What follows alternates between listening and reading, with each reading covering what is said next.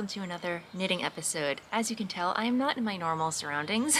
I am actually hailing from Cape Cod. We are at our Cape Cod house, and I thought since Dennis is out for a run, I would sit down and chat with you guys, share what I'm knitting, what I brought with me on vacation. It is sunny and very, very humid, and the spiders, oh my gosh, you guys, I can't even. But anyway, I'm muddling through, and yeah, so anyway, I hope you guys are doing well wherever you are in the world. But yes, it has been quite some time since I published a knitting only episode, so that is what this episode is going to be. And yeah, so let's get into it.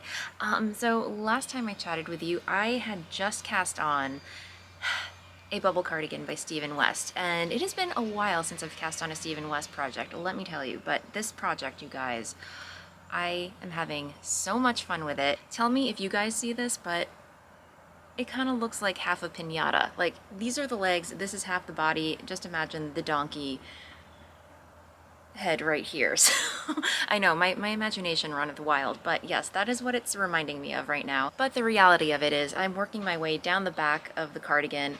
These are the two front sides, and then I think this is going to flip over like so. I'm assuming once I'm done knitting the back, I will then join the back to the side panels and then essentially creating the armholes, and then knit the rest of the body, knit the arms, and then the ribbing, and Bob will be your uncle. It's a very, very straightforward pattern and a very clever design, as are most of Stephen West's patterns. The chipmunk is so cute. I can't get over it. I digress, but yes, as roosters. We have roosters now. Not us, but our neighbors. Where was I? Most of Stephen West's patterns are very cleverly designed, and this one is certainly no exception. Wow, that rooster.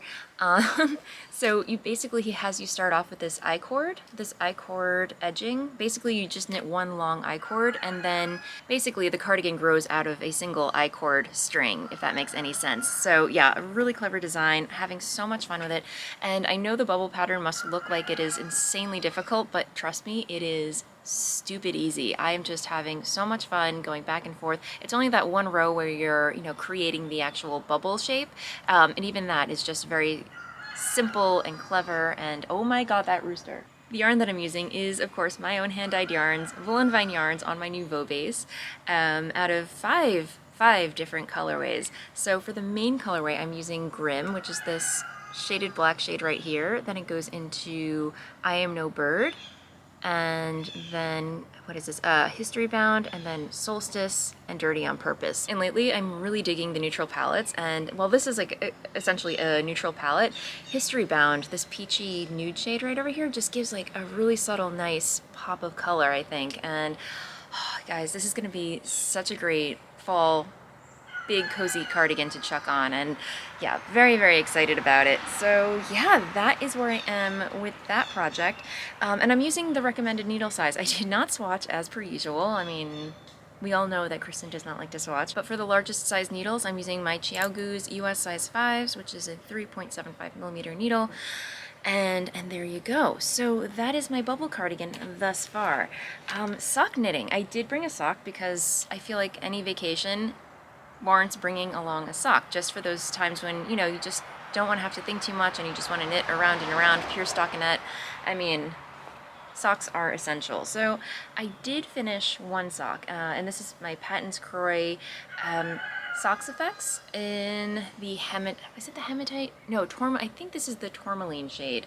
And I really, really actually love the way it just kind of self-striped, and it's just a beautiful combination of like a super light gray, black, then you have like this dark purple gray and a light kind of like graphite gray. Anyway, it's all very, very goth. It makes my heart sing. And yeah, these are going to be for Dennis. And I did talk about when I initially cast these on, I cast on 72 stitches, which is my go-to stitch count when I knit a pair of socks for Dennis. And I also use my go-to knitting needle size, which is a US 1.5 2.5mm needle, but they were just knitting up so ginormous. And then I ended up just casting on a 64 stitch count, which is my personal go-to stitch count for casting on socks for myself. And they are knitting up beautifully. And thank you to my lovely viewers who pointed out that socks that Patons socks, Patons Kroy socks, is typically more of a DK weight, which is interesting because I did knit another pair out of their yarn before and I had no issue. So I don't know, maybe my gauge is finally loosening up. I have no idea. But anyway, I just rolled with it, and yeah, I'm glad these socks are turning out really well. And yeah, this is a 1x1 rib, plain vanilla basic sock with a fish lips kiss heel. And guys, I love the bullseye effect that this had on the heel. Look at that. That is so cute. I'm totally digging it. So yeah, there's one sock. And then here is where I am with the second sock. Nothing huge to write home about. There's a neighbor across the way and he's probably thinking I'm insane. Oh goodness. Anyway. But yes, nothing much to write home about, making progress, no second sock syndrome here, clearly. So those are the only two projects that I brought with me. I am hoping to hit up a yarn shop while I'm here. Maybe we'll do that today since it's not really a beach day. We may hit up this yarn shop called A Great Yarn. Sadly, I think the owners, according to my mother-in-law, she let me know that I think the owners that originally started A Great Yarn in Chatham, unfortunately the shop didn't make it through the pandemic and they ended up selling the shop to another yarn shop owner who was moving her shop. So anyway, it was a trade-off.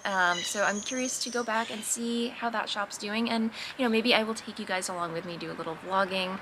But yeah, so that is some of the plan. But yeah, we're up here for a couple of days. The weather out here is not going to be very beachy, which I am, don't tell Dennis, but I'm very grateful. I do not have to sit on a beach every single day. We did go to the beach yesterday, which was really nice. But yeah, today I think we're going to take it easy.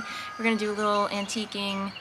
Again, yarn shop maybe, and just see what we see. Do a nature trail, because apparently that's what you do out here. Yeah, I am so not a nature person. I'm very, very indoorsy, but I will say it is so nice to get out of the city. And to be completely honest, Dennis and I have been talking. We have been talking. It's still not, we don't know when it's going to happen, but we do plan to move in the relative near future. We are planning to move out of the city. I never thought I would say this as someone who was born and raised in Brooklyn, New York. I thought I would just live forever in Brooklyn, and I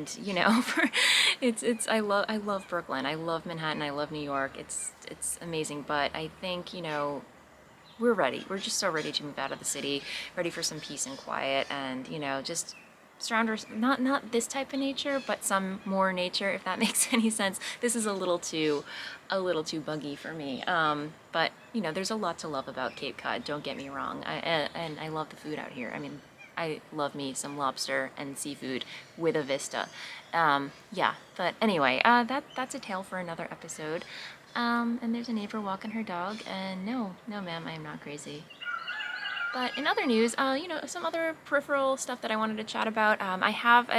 If you've been watching my channel for quite some time, you might notice some changes happening on the channel. Number one, I've been publishing quite a few makeup vlogs, and I did not realize that would kind of take off the way it did. I just kind of did it, did a couple of episodes for fun, and I just proceeded to have a lot of fun doing it.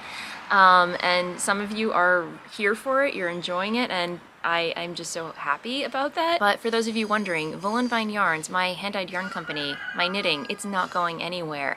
It's still alive and well. My knitting mojo is alive and well. I really just kind of wanted to switch things up for a little bit on my YouTube channel, just because I don't know, I just kind of needed a palette cleanser, if that makes any sense. Just like a little break from talking about knitting. I just love sharing other things that I'm interested with you guys, be it, knitting, photography, and makeup. But anyway, I hope that makes sense and, just answers a couple of your questions. I am hoping to get back to a regular recording schedule when it comes to knitting content, but at the end of the day, I really feel like I just needed a palette cleanser, and maybe just suddenly switching topics on my channel was not the best way to do that. But anyway, a lot of you seemed like you were here for it, and I was like, all right, I'm just gonna have fun. This is my channel to share my creativity with you, glean from it what you will. If you enjoy it, then all the better. But at the end of the day, I really want this to be an outlet for me to share my creativity and yeah, other facets of my personality, because I'm not just a knitter, I'm not just a yarn dyer. I have other interests, and you know, yeah, and I just love sharing that with you guys. Dennis just got back from his run, so I'm gonna wrap things up. But yeah, that is what I've been working on while I'm out here, and I'm gonna try and do some more vlogging and see what we see. So yeah, I'm gonna leave things there, and until the next video, these birds. Seriously guys, I can't handle it. I'm gonna wrap things up, and until the next video, I shall see you. Bye.